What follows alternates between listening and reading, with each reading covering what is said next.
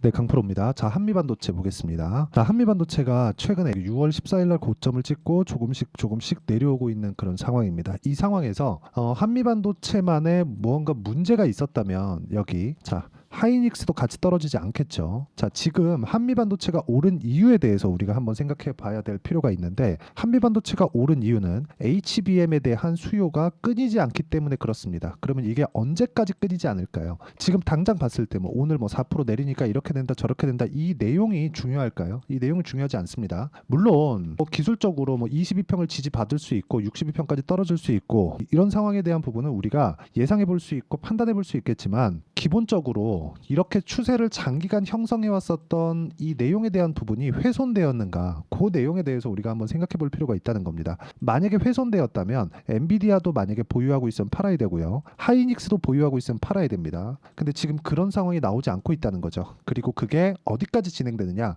최소한 가장 간단하게 표현을 하면 한미반도체가 사상 최대 실적을 발표할 때까지입니다. 발표할 때까지 추가적으로 어느 정도 올라갈 수 있다, 그런 게 아니라 한미반도체가 최종적으로 이번 AM 파동에 있어서 실적이 어디까지 확대될 수 있고 확장될 수 있다, 요거는 그때 가봐야 알아요. 그런데 사상 최고치 실적을 넘어갔다, 요 상황이 나올 때까지는 주가 계속 올라갑니다. 근데 아직까지 2분기 실적에 대한 부분도 발표되지 않았죠. 7월 초가 되면, 7월 한 첫째 주 목요일 금요일이 되면 삼성전자 실적이 나올 겁니다. 삼성전자 실적이 나오면 반도체 경기의 전반적인 내용을 우리가 파악해 볼 수 있어요. 그러면 당연히 한미반도체의 실적이 좋다는 것도 나오게 될 겁니다. 왜? 삼성전자의 실적이 나쁘지 않을 거거든요. 그런데 삼성전자는 지금 AM 관련된 실적이 나오나요? 아닙니다. 안 나오고 있어요. 그런데도 불구하고 삼성전자의 실적이 나쁘지 않은, 즉 반도체 경기가 회복되고 있는 그런 상황이기 때문에 지금 한미반도체가 실적이 개선된 사항이 있긴 있지만, 그 개선된 사항이 AM으로 돈을 번 것에 대한 내용이 그렇게 크지 않다는 거죠. 이런 부분을 감안하고서라도 24년도 실적이 사상 최고치를 넘어서는 상황이 나온다.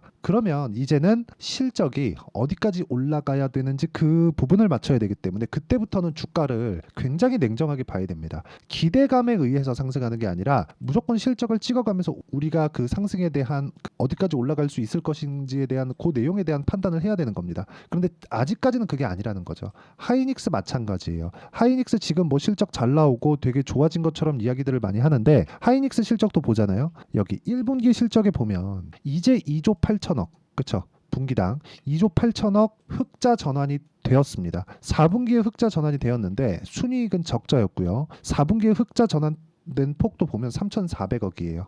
근데 여기에 직전 5년치 정도의 사상 최고치 실적을 보면 어느 정도예요? 12조 4천억. 만약에 올해 예상치인 20조를 달성을 했다면 내년부터는, 올해 말이나 내년부터는 주가가 어려워질 수 있습니다. 왜? 이제는 실적을 찍어줘야 되거든요. 그런데 아직까지는 CBM에 대한 기대감으로 인해서 주가가 추가적으로 상승이 가능하지만 단기간에 상승이 나왔기 때문에 이격 조정이 필요하고, 이격 조정을 받는 과정에서는 22평 그리고 62평까지의 어느 정도까지의 조정을 받을 수 있는 그런 상황이 만들어질 수 있다. 우리가 봐야 되는 건 역배열로 전환이 되겠느냐, 그 이격도에 대한 부분을 판단하고 이해를 해야 된다는 거죠. 지금도 보시면 여기 보세요. 5일선까지의 상황 그리고 21선까지의 상황, 이런 부분을 봤을 때 보세요. 20일 이평선까지 3%밖에 남지 않았고 60일 이평선까지 15%밖에 남지 않았습니다. 그러면 이쪽 구간에서 매물을 소화하고 있는 그런 과정에 있다고 보시면 되고, 이 과정에 대해서 내가 이해를 했을 때 꾸준하게 다른 종목에 가서도 수익을 낼 수 있다는 점이 중요합니다. 하락에는 두 가지 내용이 있는데, 그 하락에 대한 그 두 가지 내용을 우리가 어떤 식으로 판단할지 그 내용에 대해서 보기 전에, 우리가 왜 제가 이렇게 가격 기준에서 이야기를 드리고, 가격 기준에서 이야기를 드렸을 때 매매에 대한 결과치 자체가 어떻게 나오는지 그 내용부터 보도록 하겠습니다. 자, 내용 보시면 지금 한미반도체를 포함해서 반도체 관련된 종목군에 대해서 이야기를 드리고 있으니까,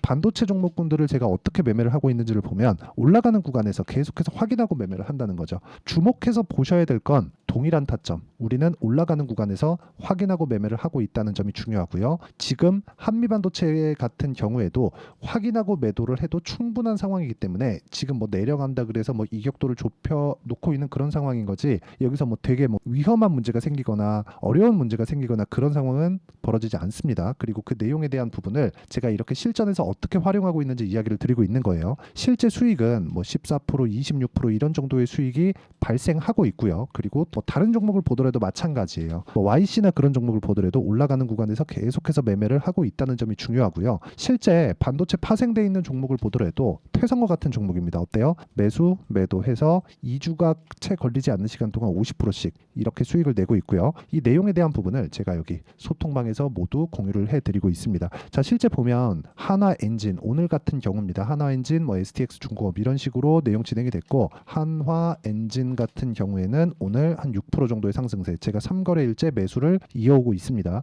이런 내용에 대한 부분을 제가 장 시작 전에 다 공유를 해드리고 있으니까 매매하는 과정에서 내가 가격을 잘 못 잡고 어떻게 판단을 해야 되는지 모르겠다 하시는 분들은 소통방으로 들어오시면 되고요. 구독과 좋아요 눌러주시면 무료 입장 가능하고요. 상단에 있는 전화번호로 구독 또는 소통이라고 문자 보내주시면 소통방 입장 링크를 순차적으로 공유를 해드리도록 하겠습니다. 어떤 식으로 우리가 공략을 해야 하고 그리고 어떤 타점에 공략을 해야 되는지를 보셔야 되는 거예요. 한화엔진 같은 경우에도 제가 돌파하는 구간에 적극적으로 공략한 결과 오늘 한 6% 정도의 상승세가 나오고 있다는 점이 중요하고, 그리고 우양이나 그런 종목군들도 보면 40%씩 이렇게 수익을 냈는데 올라가는 구간을 공략했을 때 이 정도의 수익이 발생한다. 이 부분 반드시 파악을 하셔야 됩니다. 모두 동일하다는 점, 그리고 이 내용에 대한 부분을 제가 소통방에서 공유하고 있다. 와서 배우시면 되고, 상단에 있는 전화번호로 구독 또는 소통이라고 문자 보내주시면 됩니다. 자, 그러면 이런 종목군들을 어떻게 공략하는지 그 내용에 대해서 이야기를 드렸으니까, 이 내용에 맞춰서 우리가 여기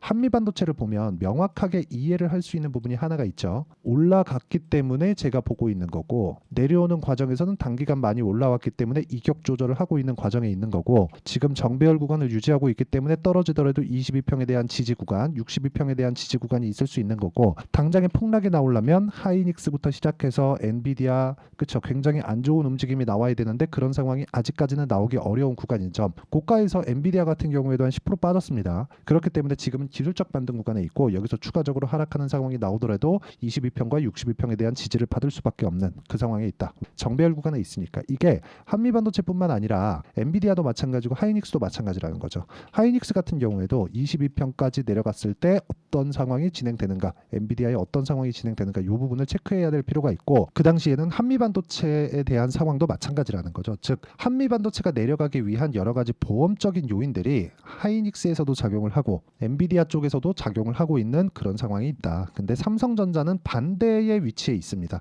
삼성전자가 지금 슬금슬금 올라오고 있는데, 삼성전자가 올라오는 이 상황을 보면 HBM을 혹시 퀄 테스트를 통과할 수 있지 않을까? 그런 내용에 대한 부분이 있습니다. 근데 삼성전자가 아직까지 퀄 테스트에 대한 통과 그 결과가 나오지 않았어요.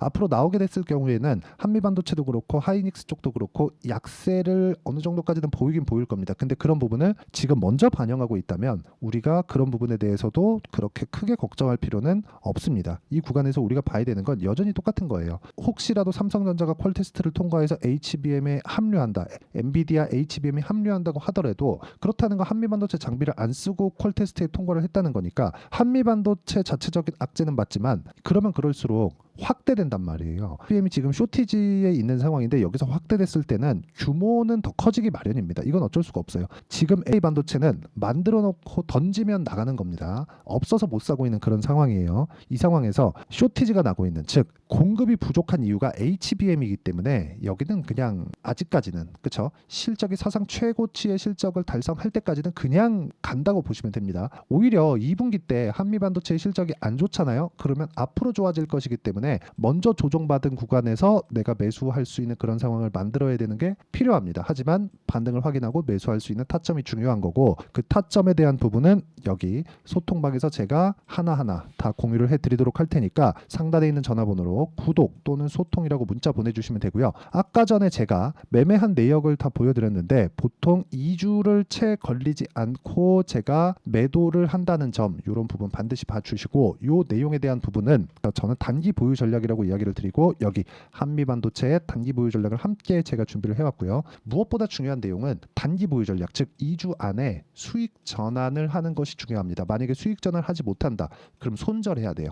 손절하기 위해서 내가 치명적인 손실을 입으면 안 되겠죠. 가격대를 어떻게 잡아야 되는지, 이게 중요합니다. 그리고 이 내용을 토대로 제가 한미반도체의 실시간 타점을 문자로 공유를 해드리도록 할 테니까 상단에 있는 전화번호로 한미라고 문자 보내주시면 제가 단기 보유 전략 가격과 실시간 타점을 문자로 공유를 해드리도록 하겠습니다. 자, 어떤 식으로 우리가 종목을 봐야 되고 판단을 해야 되는지, 그리고 올라가는 종목군들을 왜 봐야 되는지에 대해서 제가 이야기를 드렸는데, 매매하는 과정에 있어서 우리가 어떤 식으로 판단하고 종목군들을 체크를 해야 되는지 가장 쉽게 다시 풀어드리도록 할 테니까 영상 끝까지 시청하시고요. 모든 분들이 성공 투자하셨으면 참 좋겠습니다. 자, 24년도가 돼서도 시장은 여전히 어렵습니다. 자, 근데 시장은 항상 어려울 거예요. 앞으로도 계속해서 어려워질 겁니다. 자, 근데 제가 매월 대시세 종목을 구독자분들에게 공개를 합니다. 자, 내용을 보면 12월 달에 실제 공개를 했었던 강프로의 대시세 종목에 대한 내용인데, 대기업을 상대로 안정적인 매출 구조를 가지고 있고요. 그리고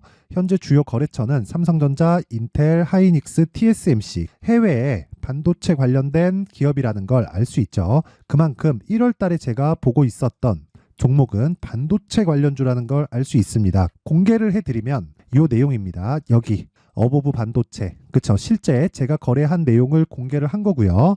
수익에 대한 크기를 보면 공략한 시점, 제가 가격대를 함께 공개를 해드렸는데 공략한 시점부터 21%의 수익 마감이 된 것을 확인해 볼 수가 있습니다.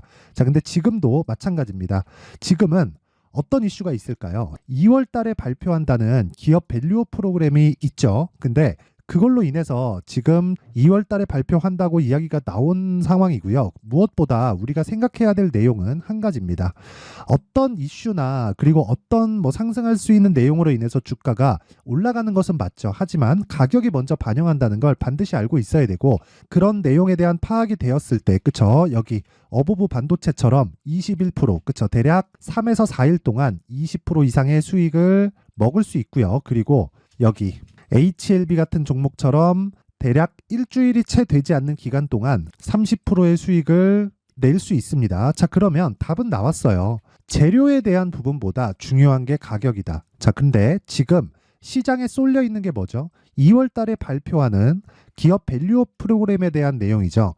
자, 그러면 우리가 이쪽에다가 지금 집중을 해야 될까요? 그 내용을 한번 보겠습니다. 기아차의 차트를 보면요. 1월 24일 날 정부단에서 입김을 불어넣은 이후에 시세가 강하게 발생한 것처럼 보이지만 애초에 12월 달부터 신고가를 달성했다는 걸 확인할 수 있습니다.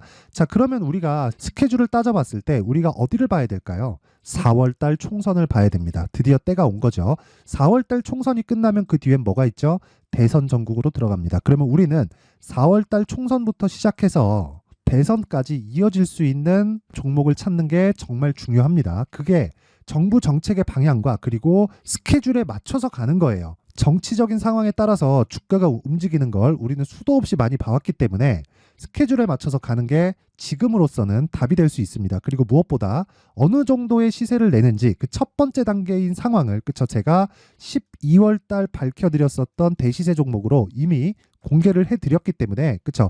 어떻게 제가 매매를 했는지까지 다 보여드렸습니다. HLB처럼, 그쵸? 31.9% 걸린 시간은 4일밖에 되지 않죠. 이 종목을 제가 가격과 그리고 어떤 종목인지를 애초에 12월 달부터 공개를 한 겁니다. 자, 그러면 지금도 마찬가지예요. 앞서서 제가 말씀드렸었던 23년도에 했었던 여러 가지 종목들이 있죠. 한미반도체 같은 종목들도 여기 소통방에서 모두 공개를 해서 실제로 10,000원부터 60,000원까지 상승한 내역이 있고요.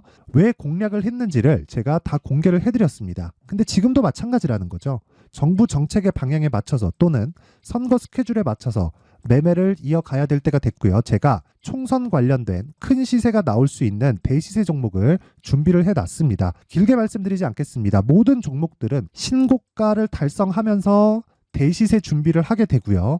신고가를 공략했을 때 내가 시장에 주도주를 잡을 수 있는데 지금은 총선에 집중하는 게 맞다. 그래서 총선 관련된 그리고 대선까지 이어질 수 있는 종목을 준비를 해놨는데 지금부터 준비를 하셔야 나중에 고가에 올라가서도 꾸준하게 매매를 이어갈 수 있습니다. 자꾸 막 손절하고 매매하는 과정에서 너무 어렵다 하시는 분들은요. 이 종목 딱 받아가서 큰 수익 내셨으면 좋겠고요. 이 종목은 상단에 있는 전화번호로 대시세라고 문자를 보내주시는 분들에 한해서만 제가 총선 그리고 대선까지 이어질 수 있는 종목을 공개해 드리도록 할 테니까 상단에 있는 전화번호로 대시세라고 문자를 보내주시고요. 그리고 구독과 좋아요 꼭 좀 부탁드리겠습니다. 시장은 정말 어렵습니다. 자, 그래서 모든 분들이 성공 투자하셨으면 좋겠고요. 기본적으로 가격에 대한 파악을 하면서 큰 수익을 내셨으면 좋겠습니다.